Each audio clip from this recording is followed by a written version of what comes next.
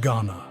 From the bustling streets of Accra to the lush rainforests of the Ashanti Empire, Ghana pulses with an irresistible energy. The people of Ghana understand. Their destiny is intertwined with the well-being of their environment.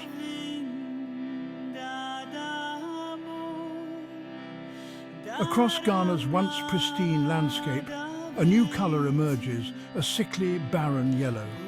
This is the colour of Galamsey, the illegal mining that is tearing Ghana apart, one shovelful of earth at a time. Rivers, once arteries of lifeblood for villages, run thick with poison.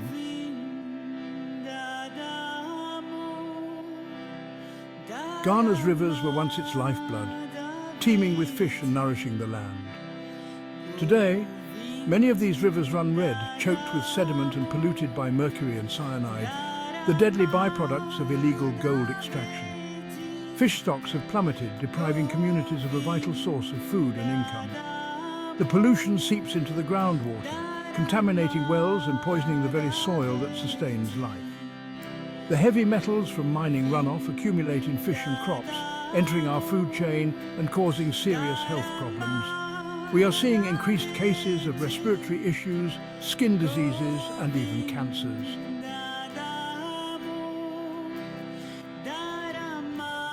The rainforests of Ghana, once a symphony of life, are falling silent. Where canopies once teemed with monkeys and birds, now only skeletal trees remain, stripped bare by the relentless advance of illegal mining.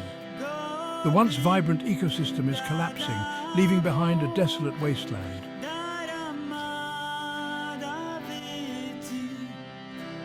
The environmental devastation wrought by Galamsey is not just a series of isolated incidents, it is a complete transformation of the landscape. Vast swathes of land, once fertile and productive, are now pockmarked with craters, stripped of vegetation and poisoned by chemicals. The land itself is wounded, its ability to support life compromised.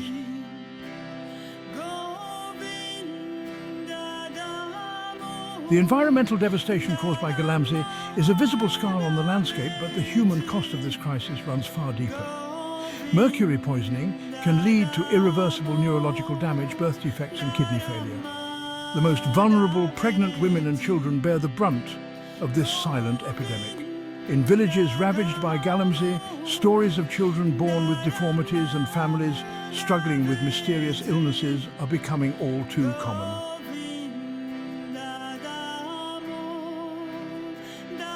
The allure of gold, with its promise of wealth and prosperity, has lured many young Ghanaians into the clutches of Galamsey. They risk their lives in dangerous, unregulated mines, hoping to strike it rich and lift their families out of poverty. But for most, the reality is a far cry from the dream.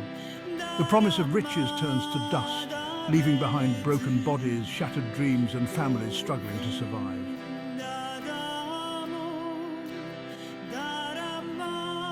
The future of Ghana's children is inextricably linked to the fate of its environment. Yet Galamsey is robbing an entire generation of their birthright, a healthy planet and a hopeful future. Instead of exploring pristine rivers and lush forests, they are forced to navigate a landscape scarred by mining, their playgrounds transformed into toxic wastelands. The dreams and aspirations of a generation are being eroded, along with the very land they inherit.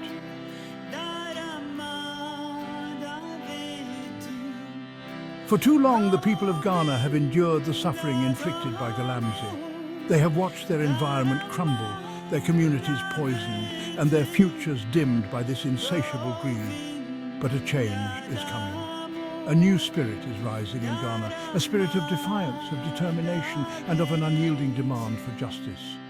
Across the nation, Ghanaians are finding their voice. The fight for Ghana's soul has begun.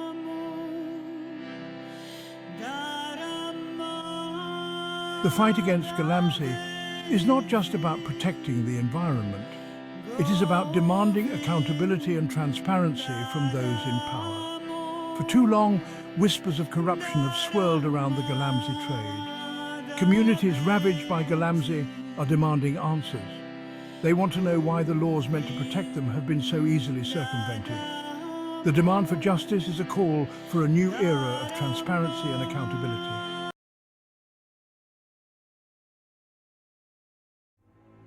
The fight against Galamsey is hampered by a corrosive force corruption. A dark shadow of suspicion hangs over every attempt to rein in the illegal mining. Communities bearing the brunt of Galamsey's impact watch as seemingly endless convoys of trucks laden with illegally mined soil rumble through their villages. The fight against Galamsey is not just about protecting the environment, it's about reclaiming a fundamental pillar of a healthy society: trust.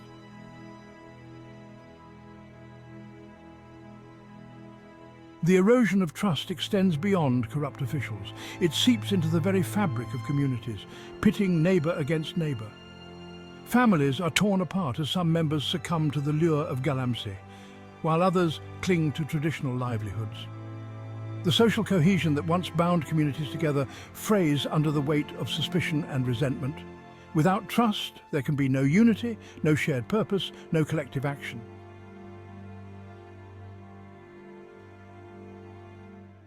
The year 2024 dawns heavy with expectation. As the dust settles from another dry season, Ghana finds itself at a crossroads, facing a decision that will shape its destiny for generations to come. The upcoming elections are not just about choosing a new government, they are about choosing a future for Ghana. The issue of Galamsey looms large, casting a long shadow over the political landscape. The people are yearning for change, for a leader who will finally hear their cries, a government that will act decisively to heal their land and restore their hope. The 2024 elections represent a pivotal moment in Ghana's history.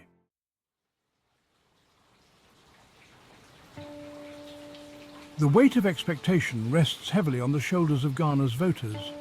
They have borne witness to the devastation, felt the sting of betrayal, and seen their pleas for action.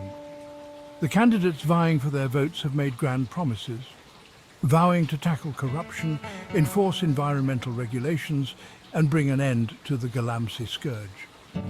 This election is not just about casting a vote, it's about reclaiming a voice, about demanding a seat at the table where decisions are made. The choice rests with the people, and the world watches, hoping that this time the promise of change will finally be met with action.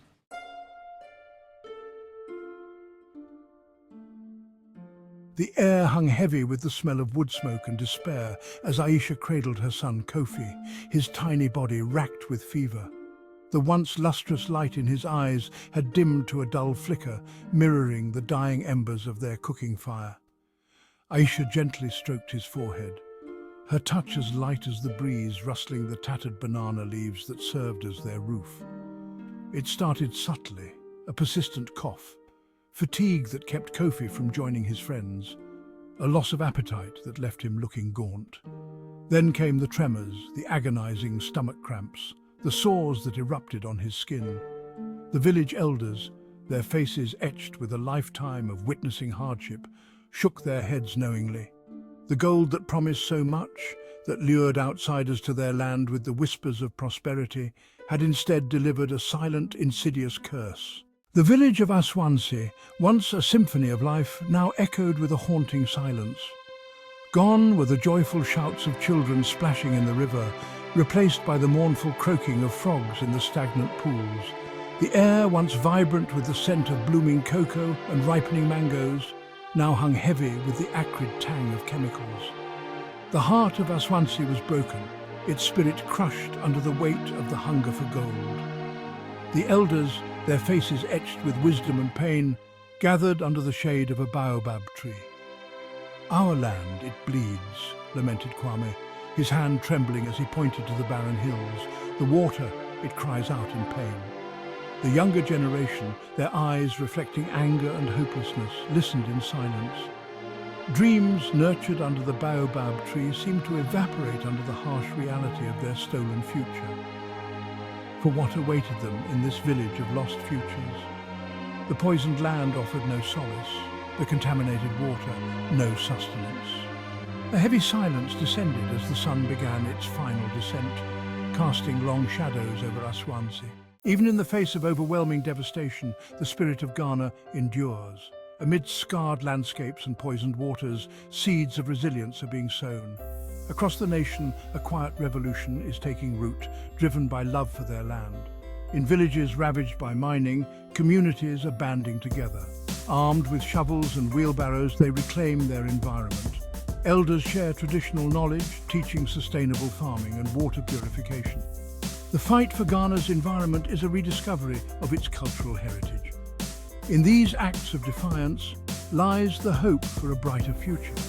The seeds of resilience are beginning to sprout, promising a future where Ghana's natural beauty and its people's determination flourish in harmony.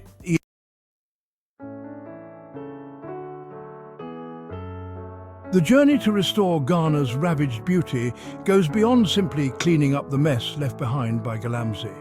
It demands a fundamental shift in mindset, a recognition that true prosperity lies not in the fleeting allure of gold, but in the enduring wealth of a healthy environment and a just society. Across Ghana, innovative solutions are emerging, driven by a new generation of entrepreneurs, activists, and community leaders determined to forge a path towards a more sustainable future. Small-scale, environmentally friendly mining practices are being introduced, offering alternative livelihoods that prioritize both economic opportunity and environmental stewardship. Ecotourism initiatives are showcasing Ghana's natural wonders, providing much-needed income to communities while raising awareness about the importance of conservation. Educational programs are empowering young people, equipping them with the knowledge and skills to become stewards of their environment, breaking the cycle of exploitation and despair. The fight against Galamsey is evolving into a movement for systemic change, addressing the root causes of poverty, inequality, and environmental degradation. It is a call for good governance, transparency, and accountability, for a future where the greed of a few no longer dictates the fate of the nation. The road ahead is long and the challenges remain daunting, but in the hearts of the Ghanaian people, a powerful dream is taking shape, a dream of reclaiming their paradise, of healing their land and building a future where their children can breathe clean air, drink pure water, and live in harmony with nature. It is a dream worth fighting for, a dream that with each act of courage, each seed of hope planted, takes them one step closer to a Ghana restored to its former glory.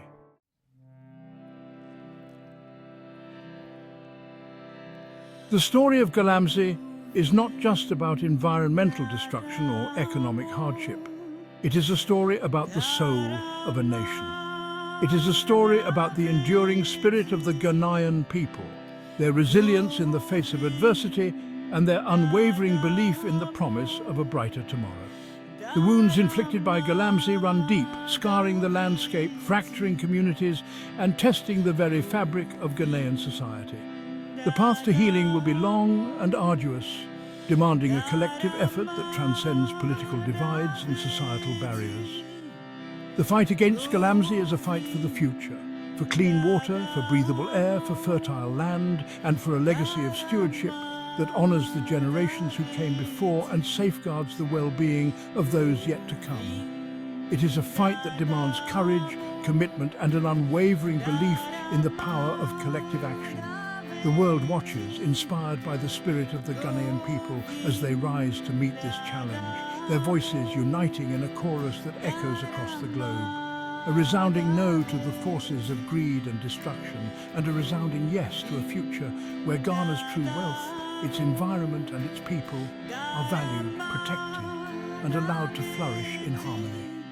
The legacy of Galamsey is yet to be written, and the pen rests in the hands of every Ghanaian, poised to script a future where the stain of destruction gives way to the vibrant hues of hope, resilience, and a nation reborn. Galamsey continues to destroy Ghana's environment and threaten livelihoods. It's clear that only a united effort can save our land for future generations. We must ask ourselves, what kind of legacy do we want to leave? Thanks for watching. If you found this video helpful, please like, share and subscribe to Beyond the Map for more insights on global issues.